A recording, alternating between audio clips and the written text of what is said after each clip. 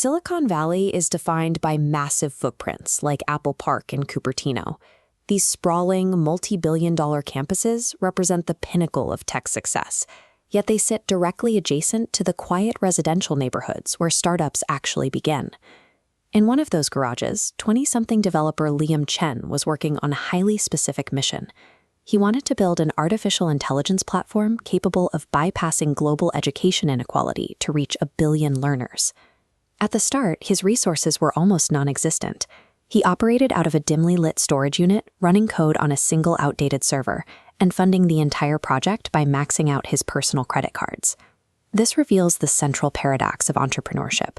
An unshakable, massive vision is the mandatory prerequisite for taking the first step, even though that vision provides zero operational guidance on how to survive the second.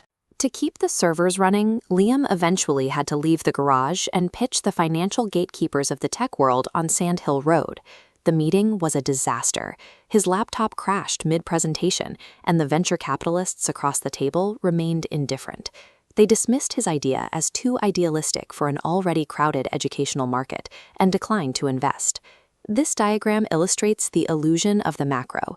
Liam focused on a billion-user market, but the problem becomes clear. A grand vision is meaningless without a verified mechanism to acquire the very first user. Liam didn't react with anger. Instead, he returned to the garage to analyze the structural flaws in his pitch, looking for the technical and logical gaps the investors had pointed out. In this ecosystem, rejection acts as an obligatory stress test. It is designed to break weak operational logic, regardless of a founder's personal worth or ambition. The next 2 years were a grueling process of iteration. Liam rebuilt his entire strategy by studying user psychology and mapping out how scalable architecture actually functions at a granular level. He finally launched a beta version of his platform, EduSpark. For weeks, the active user count flatlined, fluctuating dismally between 10 and 50 people. The analytics revealed a fatal pattern. Early users were successfully logging in, but they were almost immediately abandoning the learning paths. The software wasn't actually teaching them anything. Liam made a counterintuitive operational shift.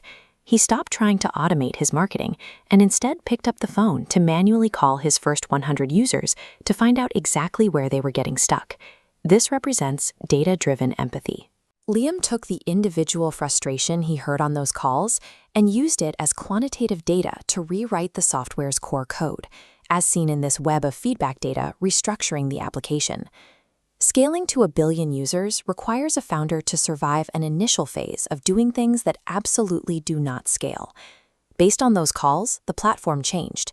The architecture shifted away from selling a broad, generalized platform and focused entirely on simplifying complex concepts for one individual learner at a time. The breakthrough occurred far from Silicon Valley. A student in West Virginia found the updated platform and began using the personalized learning paths to study for her exams. Her grades improved dramatically within a few weeks. Because the tool solved a specific academic bottleneck she had struggled with for years, she began sharing it with her peers and teachers. This success story provided a template.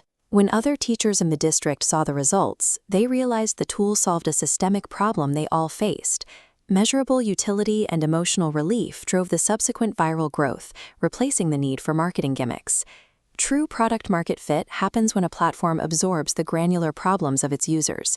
Their individual success becomes the primary engine for the company's growth. This graph maps the explosive growth that followed the pivot. The long, flat trajectory ends the moment the software solved that specific micro-problem for the first 100 deeply engaged users.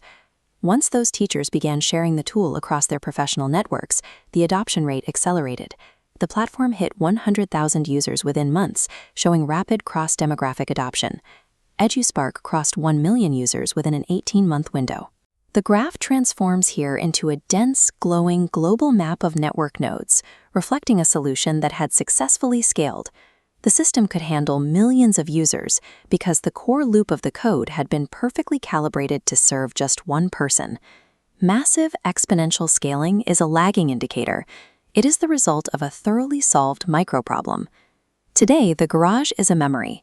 Liam Chen now stands on a massive tech conference stage in Las Vegas, presenting to a global audience. His company, EduSpark, is currently valued at $1.2 billion, a complete reversal of the outcome of his first pitch on Sand Hill Road. But the metric that actually validates his original vision is the 100 million individual learners the platform has served. Liam views the billion-user goal as a strict measurement of human impact, preferring that metric over a dollar sign or a company valuation. Building a global empire requires you to be a perpetual student of your own dream. You must be willing to sacrifice initial assumptions to relentlessly serve the individual over the masses.